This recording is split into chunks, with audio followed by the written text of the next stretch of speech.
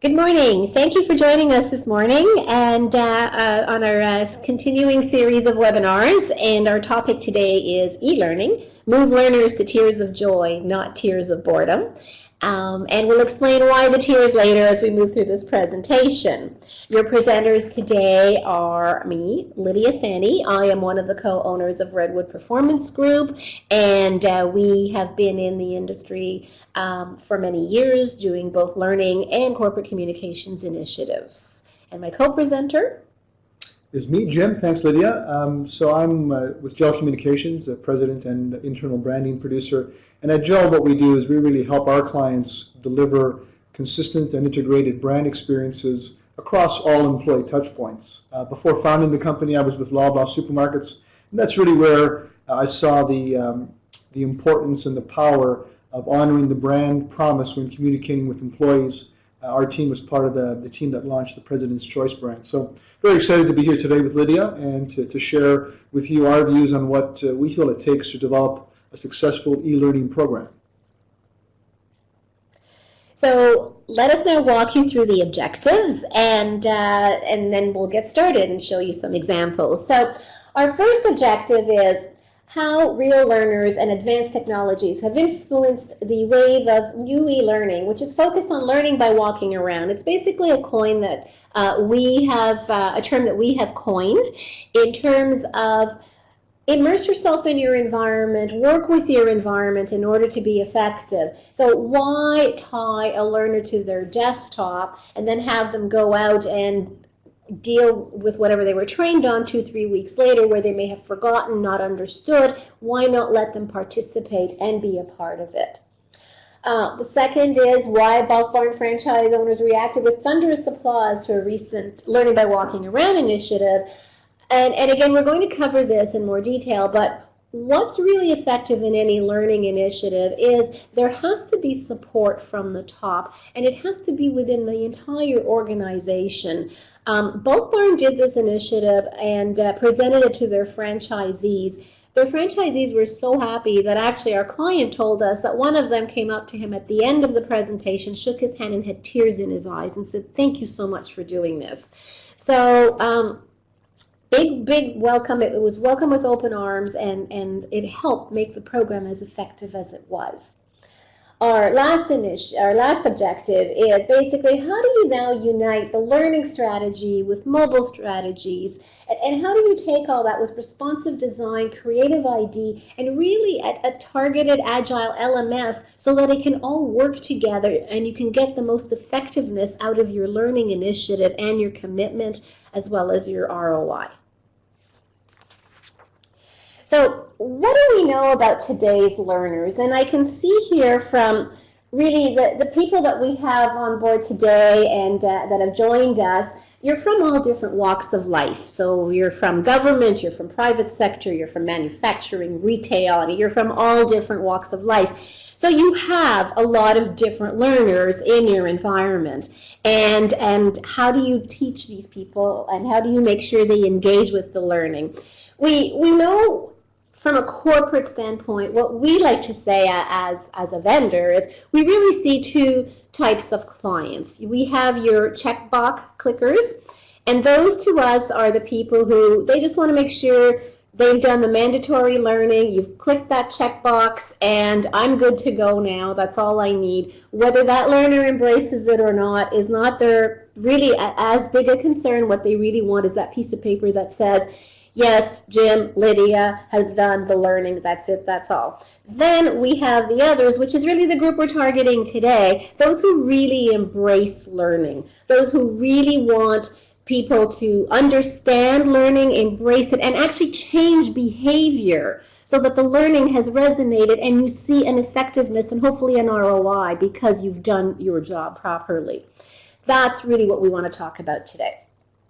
So what we're going to look at now, I'm going to ask you guys to get a little involved here. So I guess you're all familiar with Pikachu. And what does he have to do with our understanding of today's learning? So if you want to type in the chat box, let's see what kind of comments we can come up with.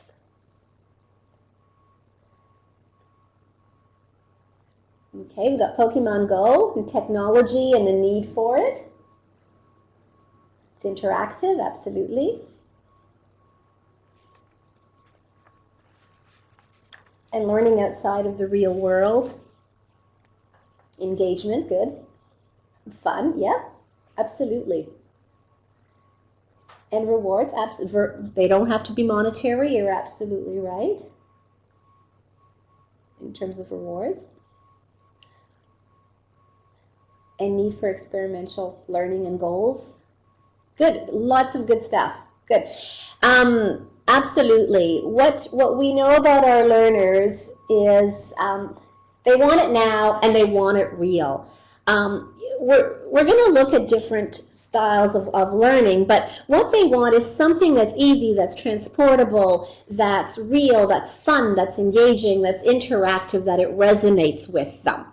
And that's what's important.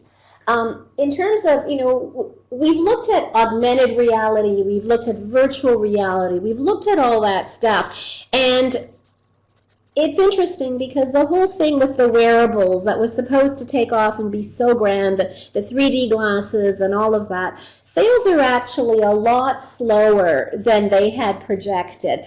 It's basically, you don't only need the 3D glasses, but if you really want to get into some serious gaming, you need the hardware to go with it as well. So you're looking at those numbers. It becomes a very big investment.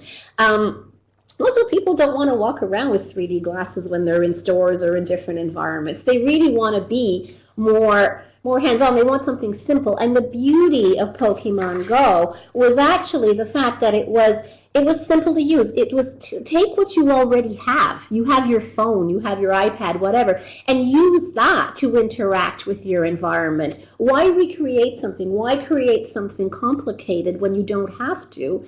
And that was the beauty of it. The whole beauty of it was the engagement that you were able to get from something simple, like something that nearly everybody has on this planet, your phone. And that was part of the easy success, was the simplicity of it all, the easy to use. You didn't need to invest in expensive hardware. You didn't need to invest in any of that in order to make it work. So I'm going to now, we're going to look at immersive versus submersive environments. Anyone know what the difference would be? So basically, what we look at it is a submersive environment in our definition is really more something like, I'm going to sit in a simulator, I'm going to learn how to fly a plane, that kind of thing to us is submersive. A lot of the gaming is submersive. You sit there with your glasses, you're looking at your computer, you're interacting with your environment, but you're actually submerged in that environment where you're now in Italy racing through the streets of Florence or whatever it is that you're doing. You're submersed in it. What we're looking at today is an immersive environment. So by saying an immersive environment is I'm going to go into my own environment, my retail store, my place of work, my oil field, whatever it is, and I am now going to do things in that environment that help me immerse the way Pokemon did. Immerse in my environment with very simple tools like my phone or my iPad or whatever, as well as touch, feel, and do what I need to do in order to make this work. So that's the difference between immersive and submersive, and we're going to focus on immersive environments today. Yeah, and so as Lydia said earlier, when you look at some of the technology that's come and gone, 3D technology, certainly there was a lot of hype, but again, asking viewers to watch TV with glasses on just proved unpopular and very expensive. But there are other technologies that we're using. What you see on your screen now were just some photos. We're doing some work with the LCBO on a series of customer service videos, and we took the action cam. You're probably familiar with a product called the GoPro. But we were able to use that technology. We're also experimenting with 360-degree cameras to be able to really immerse the audience into the action. And so in this example, we actually went as far as placing the camera right on the associate's head. And it really gives you a different perspective and really puts you right into the middle of the action. And so that what we can do is, it's also a way of making it more dynamic and really helping the learner see what the learning is required there, and puts the viewer right into the action. So there are technologies that we're constantly looking at and really seeing how can we apply that to the content that we're producing to better communicate the message. Great. So we're now going to look and focus on learning by walking around and what that means, and how it can be a very effective tool to use in your environment. What we're going to look at now is basically how to free your learning. And what does that mean basically is, let's not tie people to a device if they don't have to be tied to a device. Let's try to really get people to immerse in their environment so that they can learn better, so that the learning resonates with them. Instead of the traditional go sit in the back room or at your desktop, do the learning, and then maybe 3 weeks from now you'll have this experience or whatever. Let's have you experience with it now. So basically, it's navigating through content can be intuitive, but we need to make sure that things are intuitive. A lot of learning today is not really intuitive, and we're trying to make it so that the learner can really understand what it is they're learning in order to practice what is expected of them and reach their goals. So what creates freeing your learning? Well, one of the first basic things is keep it simple. The number of times we look at learning that's been done in the past in organizations, and things just sometimes are overcomplicated. Learners are being told things that they don't really need to know. What are the have-to-knows? How do you filter through so much of the clutter and really tell them what they need to know? And if you want them to have access to information, well, the keeners can do that, and they can have PDFs and downloads and look at what they need. But your average learner needs to know certain very basics. Try to keep it as simple and keep the language as simple. Know your audience, know who you're talking to, and know what resonates with them. And on that point, if we look at, again with Bulk Barn, and for a lot of clients, when we first start the process, typically they'll walk in with stacks of binders and say, here's all our learning, here's our policies and procedures, and everything's important. So, of course, how do you take all of that and really simplify it and get it right down to the information that's relevant and pertinent to the learner, without trying to bombard them with so much information. And so that's part of the key in terms of taking them through the strategy and the process. Perfect. And the next is keep it snackable. The days of the hour-long learning module are gone. No one has the time for that. Your learner today does not have the attention span for that. By keeping it simple, break your learning down. And really, when I hear sometimes people want to say chunk your learning, they take a long module and they just cut it up into chunks. That's not the proper way to chunk your learning. Everything needs a story, a start, a finish, and you need to think it through ahead of time. How do I divvy up this learning so they get it in digestible pieces of information, but it makes sense? So if I take one piece, it makes sense on its own, and it makes sense as a piece of the whole. And again, that's part of the design and the strategy to make sure that it works that way. So if they decide they do have an hour of downtime and they can do the whole thing in an hour, they can. But if they have 5-minute segments here and there, why not? Do we have snackable examples to share? Yes, we are actually going to show you some of this. And actually, one of the things that we did for Bulk Barn was we actually created 75 modules. The longest was 15 minutes long, but they averaged 5 minutes apiece. And that made it so effective because these are young people primarily who worked in the store, and they are in retail. Turnover is high. Let's keep the let's keep the learning short, effective, and efficient, so that they can go out and get that learning done as quickly as possible. So next is seamless, and that goes back to saying, when you're chunking and making your learning snackable, think of the big picture as well. We get people saying, oh, I want to do this explainer video, and I want to do this interactive video, and I want to do, it's fine, we can do all that, but where does it fit in the overall picture so that when you put your program together, it doesn't look like piecemeal pieces that came out of anywhere. There's thought and methodology behind it, so it all makes sense.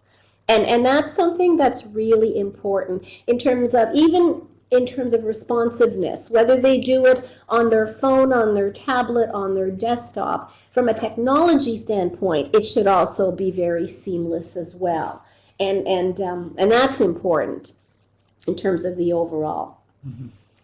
The next one is safe. Security is important. A lot of people, it's something that companies struggle with all the time in terms of, if I do have a bring your own device policy at the office, how do I stop employees from basically taking this home and showing it to a competitor? There are ways to lock down systems, there are things to do, but that, again, is something to think about in an overall policy. In the case example we're going to give you today, the employees were outfitted with iPads, but the iPads were not to leave the store. They were locked down. But those are all things to consider when you're creating that program. How much access do you want to give to your employees? How much do you want them to do on the job versus off the job? And all things to consider in terms of security and what kind of environment to put it in. And the number 5 is, don't be afraid to tell a story. It's how people learn. Through the years, people have learned through mentoring. People have learned through learning from others.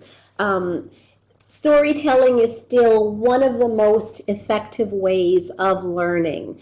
And it's a good concrete, you actually share real examples that way. They can resonate with people to say, oh, I understand that now because you've told that story around it and it makes sense to them.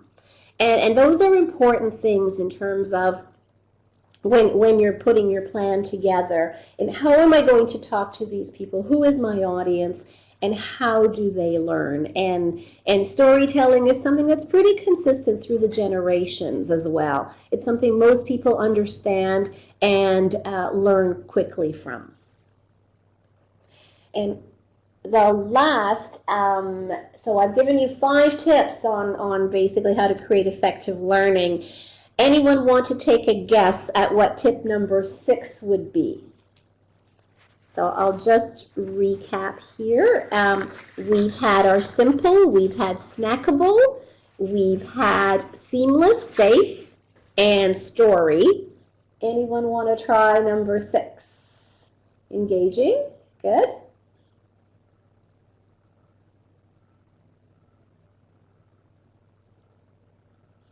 So we've got people here.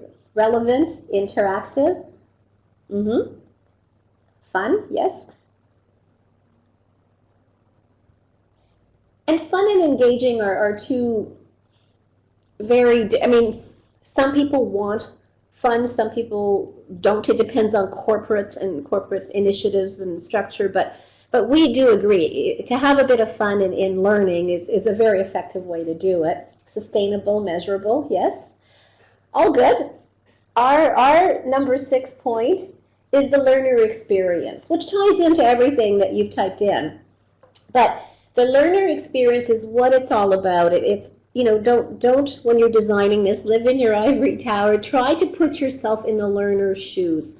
Who is my learner? What is their experience in the store? We actually, with Bulk Barn, actually sat in their stores for several days and observed, so we could see what is it that these people do all day. What is it that what kind of issues do they come across? What are the job expectations, and are they doing it properly? And how do I make it? How do I get them excited about what they're doing? And so that they can actually participate in the learning, engage, and actually practice what it is they're learning.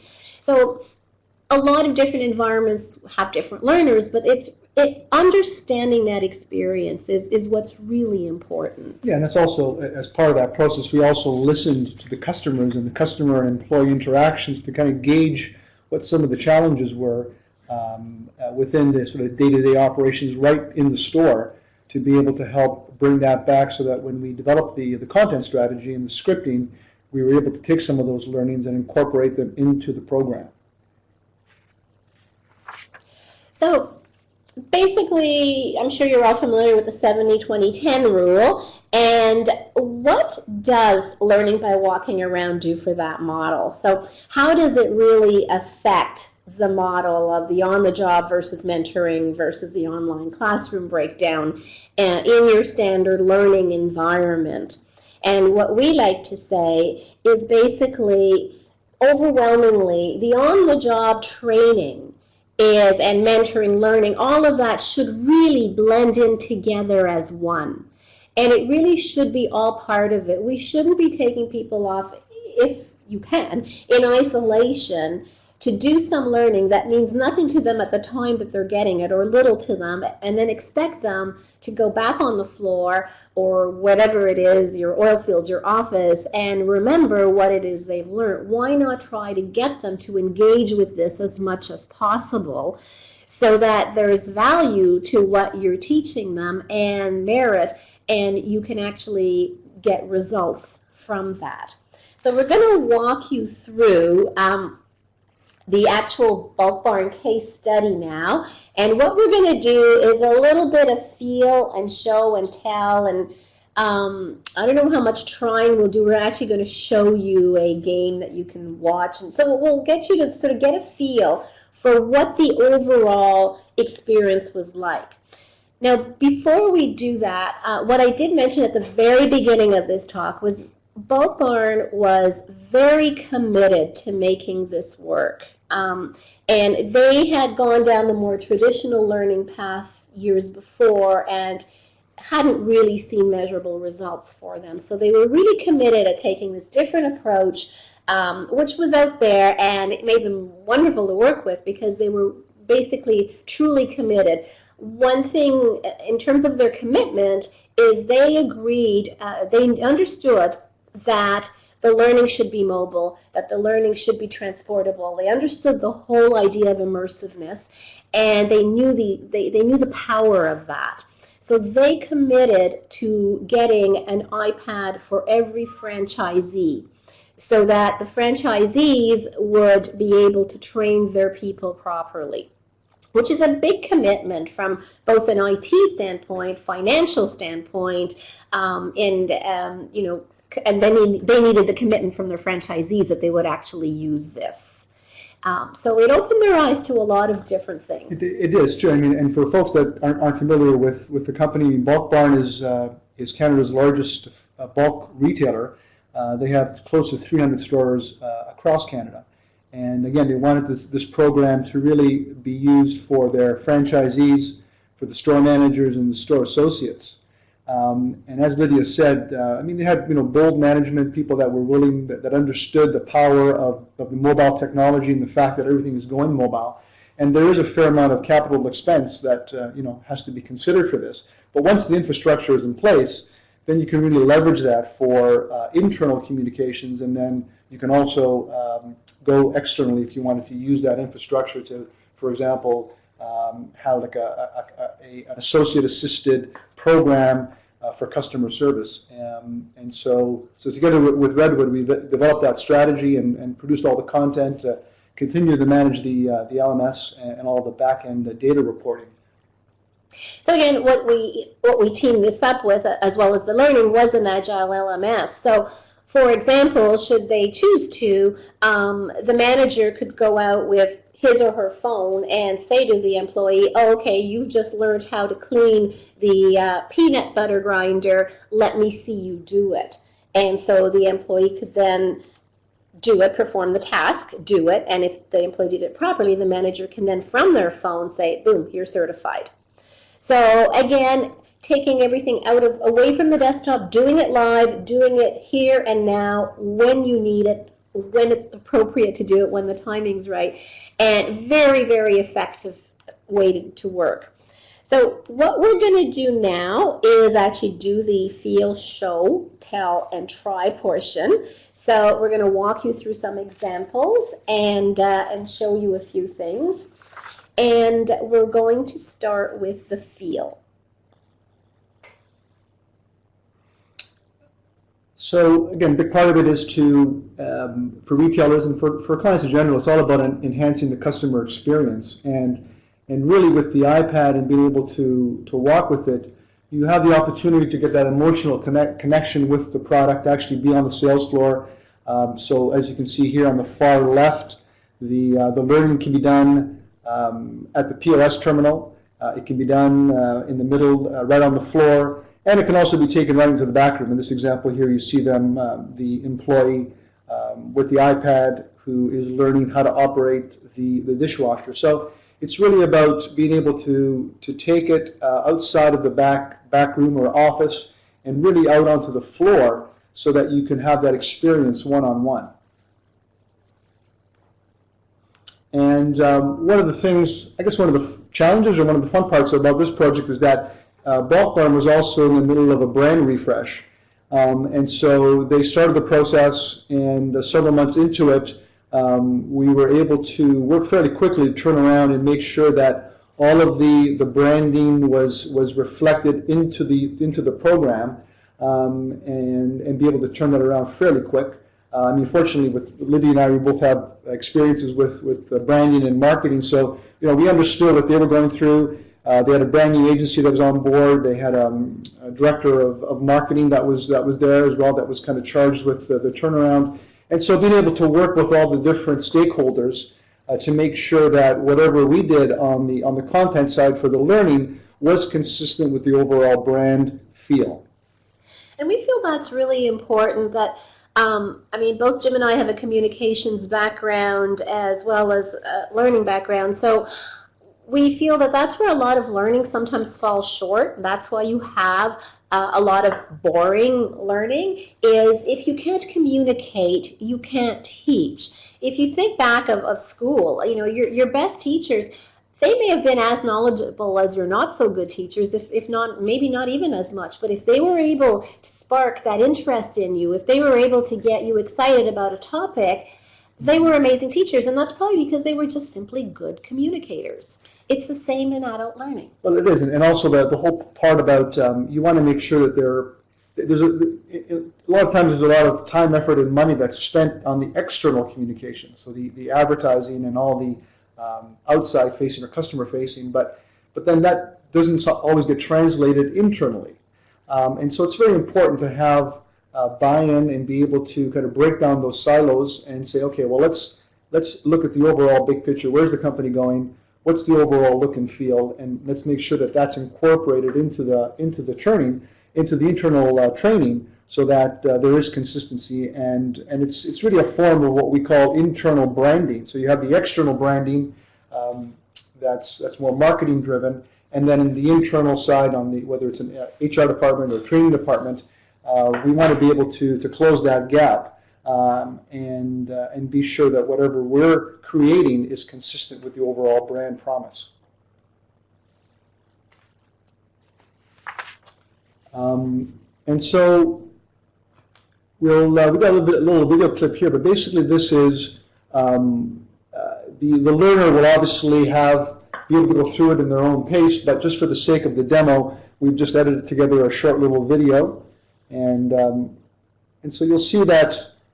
We've got shots in store. One of the things that we did here as well is we were able to shoot everything high res video and then pull still images. So it was a very cost-effective way to do it. You didn't have to go out and shoot stills or photography on a separate session. We were able to take the video, pull the still images, and use what we needed for the body of the program. What we also did, if you're noticing here, is we did everything on a platform called Adapt, and I don't know if any of you are familiar with the Adapt platform, but very much as the learner today, what it does is basically allows you to scroll, which is how most people today, when you're looking at your phone and you're looking at an article or a video, you tend to scroll. You don't go next, next, next. So what we did is did everything very much that way. So you were able to scroll, you were able to do little collapsible windows and all of that using Adapt technology. So I don't know, can you still hear me? I just saw somebody say they lost audio, so I'm not sure if you can still hear. But great, thank you. So using Adapt also, because it's truly responsive and as a platform, other software say they are, but there's always tweaking to be done to adjust from phone to tablet. And we knew most of the learning would happen on a tablet in this case, but we still needed it to be responsive. Adapt enabled us to do that. So we used the platform to its fullest by designing it as it's meant to be, which was really meant to be more of a scrolling methodology. So those who wouldn't be familiar with it, there was a little intro module at the beginning of the program that taught them how to walk through all of that so that they were able to understand how Adapt worked. It was really a very effective way to learn. So now we're going to, oh, sorry. Yeah, just again, this was just another quick slide just to really talk a little bit about the fact that there really is technology that's available now where you can really leverage all your digital assets across the entire organization. And I think the power comes in when you can sit down with merchandising, marketing, operations, all the various departments and say, okay, we've got this opportunity here. How can we leverage the digital assets so that we go out and we capture the images once and then are able to use it across all the different departments. So there's a huge cost savings. But again, this really talks to the fact that you can get an integrated and consistent message right across the organization. But it does take a commitment, like anything else. So you really need, someone at the upper level, the executive level, that's bold enough to say, okay, well, this is the way it's going to be. We want to be able to save some money. We also want to make sure that there's consistency across all the departments, whether it be training or marketing. And again, it doesn't have to be just video. It can also be stills that can be used for other internal branding purposes. So that was just really just to talk about that. I know back in the Lawbrow days, it used to drive me nuts because we were, back then, this is analog, so we had one department, our department, that was doing video, and then there was another department that was doing photography, and we were duplicating efforts. So of course, fast forward to when the shift came to digital, and today all those functions can be done in one shot. Also, in terms of an agile learning, there was also an agile team because basically partway through when we started doing this, there was a brand change and then there was a brand rechange, and we had to adapt and make sure that we caught up, that everything fit in, and again that it was seamless in terms of learning. So it was being able to be quick on our feet and able to accommodate for that. Mm-hmm.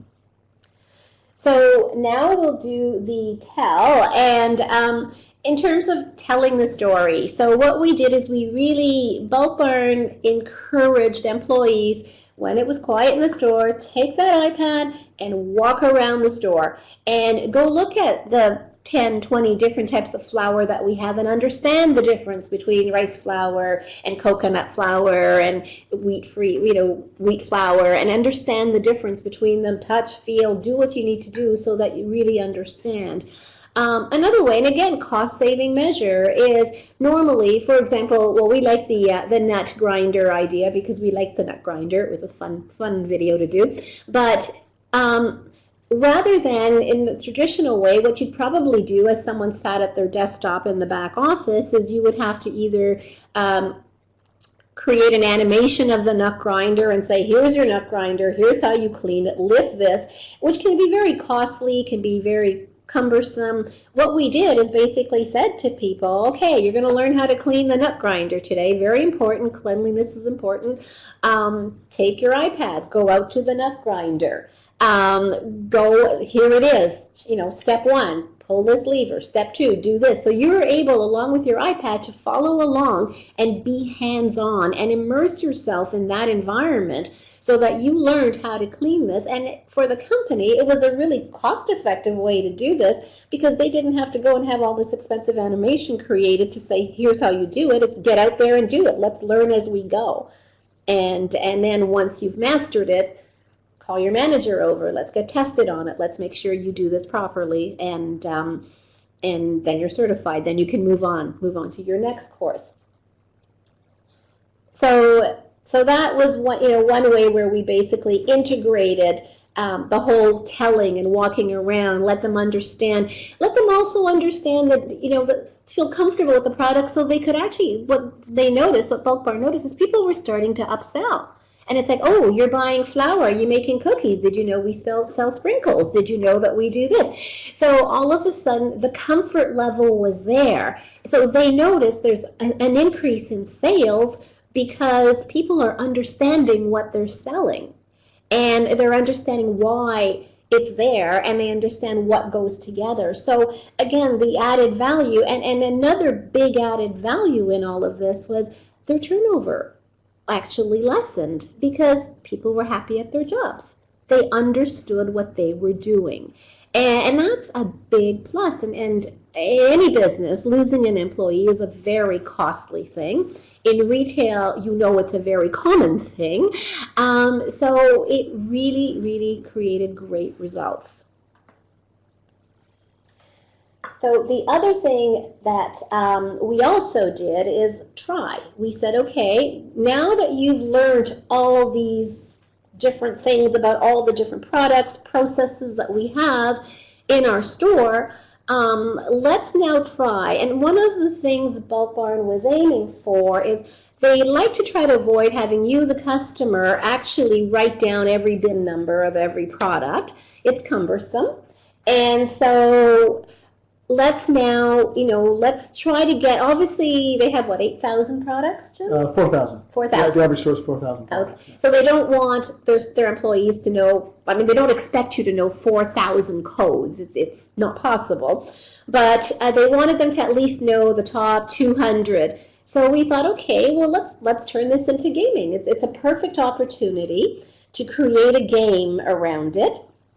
And what we did is with the game is we actually had them participate and do things like learn the different codes. So what we did is we broke the game up into different levels. And this game is actually designed that if you want, you can now play with your peers or you can play with your different regions. And we're going to show you a little bit of the game. Again, this is a video clip of the game. You can actually, it's very hands-on, and there's little sound effects, which we've muted for now. But what you would do is start playing the game. It would tell you what your different levels were. So we do things like show your product. Well, what area does that fall in? And then you would answer the question. So you'd have to start identifying products and what does it fall under. And then we'd make it to the next level where, okay, well, what bin number is that? Or what aisle does it belong in? So your questions got progressively higher. You can see there was a little bar in the right-hand corner where it was a progress bar, so you knew how you were doing throughout the entire game. And so what it did is it got increasingly more difficult. You could do things like you had 4 options with every question, and if you didn't know the answer, you could get a lifeline where you then went down to 2 options, and then you get promoted level to level, and each level got increasingly more difficult. And people love this game. They actually would start playing it. They'd be proud of their scores. They would tell their peers what their score was. It was a really big success. And we noticed it in that, if we show it to people, they basically grab the iPad away from us and they start playing it because it's just something that's intuitive. It was easy to use and it resonated. And it's interesting that you can actually, if you shop at Bulk Barn, and a number of people I've spoken to said this, they walk into Bulk Barn and they're impressed at how so many of the staff now know so many of the codes.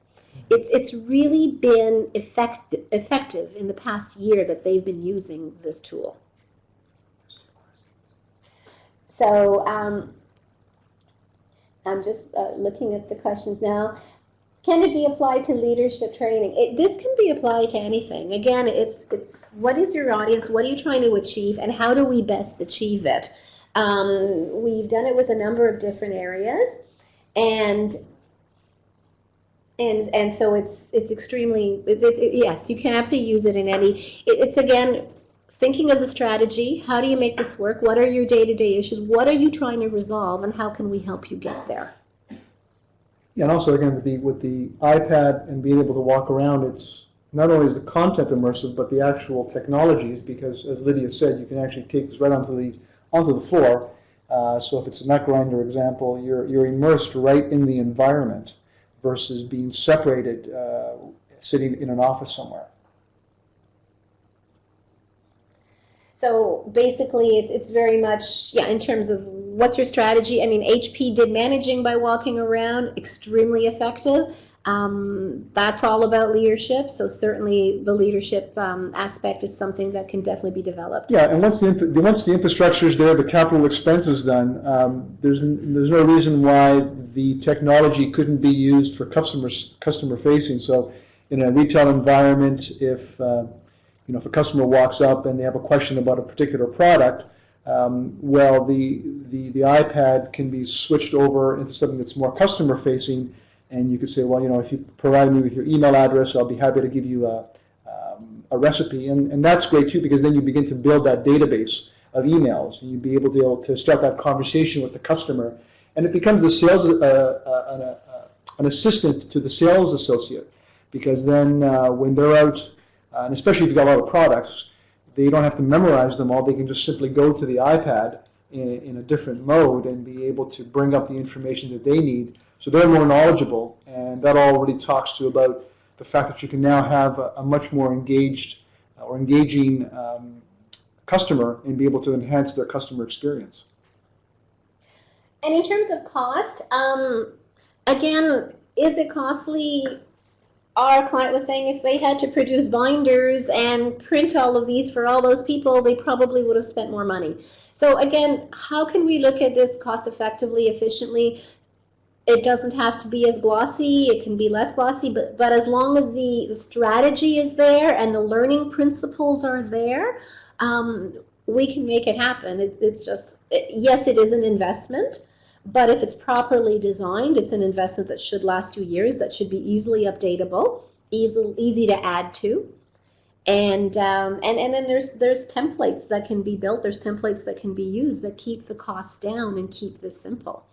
And it's just like we said before, if you're doing a lot of it with hands-on, it really becomes, some of it is a step-by-step process where you're interacting with your environment. You don't have to recreate the environment online, you're there, use it. And we've done this with scenarios. We've also worked in another tool, which I didn't show today, but a tool called Evox, where you can actually record your voice. So why not practice how to handle difficult situation and then record your voice, send it to your manager, but practice before you go live, before you actually hit a real live situation, difficult situation, and you're not prepared to handle it properly. Yeah, and again, with the once the infrastructure is in place, you can use it as a two-way communications tool. So I use the example of retail again. If there's an issue on the floor, if you want to send back a merchandise display that you're doing, you can do that, because then it can become not just a training tool, but also a communications tool. But it does require that initial capital expense of making sure you have the Wi-Fi, you have a high-speed Wi-Fi connection, you have the iPad, and then of course the back end at the office, where you need to have the support of the IT department as well. So it's a number of different departments that have to come together in order to be able to make this a very successful program. And again, it's repeating, if you have the support from above, it just makes it so much easier. And we get that often, where we say we want to do all these great things, but we're told by senior management, no, we're just doing the checkbox thing. That's a hard one, because the support has to be there company-wide in order for the company to come across and look seamless and unified. And that's what this particular client did, and they've been rewarded by seeing results for it. And that's really, in a nutshell, what's important. So this basically concludes our presentation today. We have our emails here if you have any further questions, or we're a little early, so we are willing to stay and answer any questions you may have. We hope you enjoyed it and learned something. If you want further information, let us know. Feel free to contact us, and thank you so much for taking the time out of, I'm sure, what's a very busy day, busy time of year, and listening to us. We really appreciate it. Yes, thank you. Thank you for joining us. And as Lydia said, feel free to reach out to either one of us with any questions.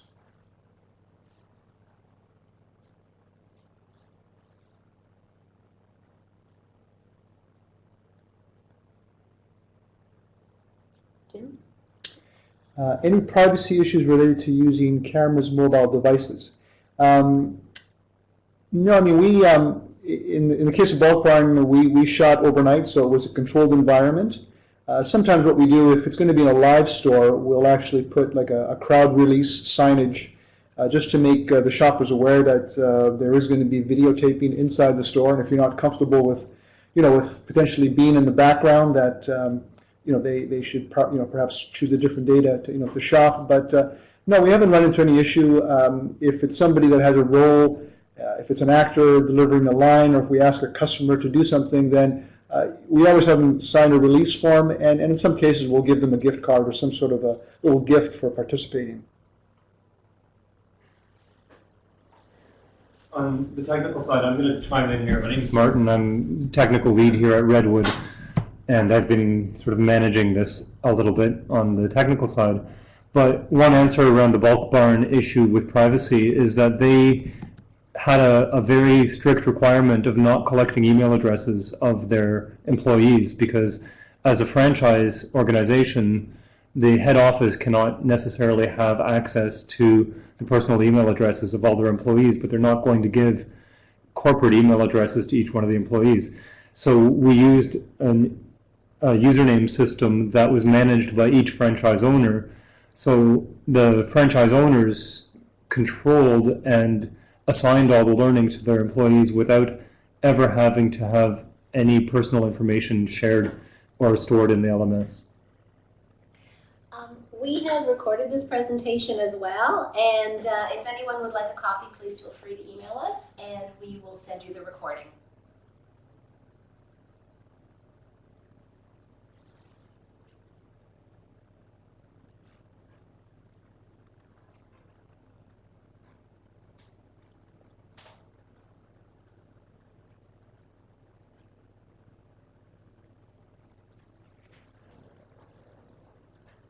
So, any other questions?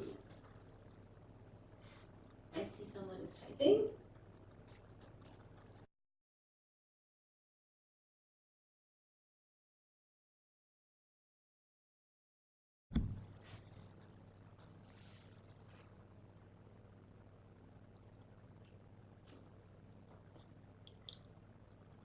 Well, we're happy to answer any questions. So it looks like a lot of people enjoyed the presentation, which is great.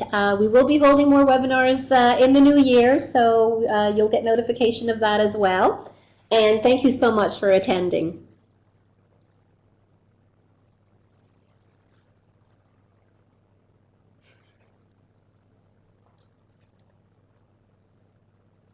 Happy holidays, everybody.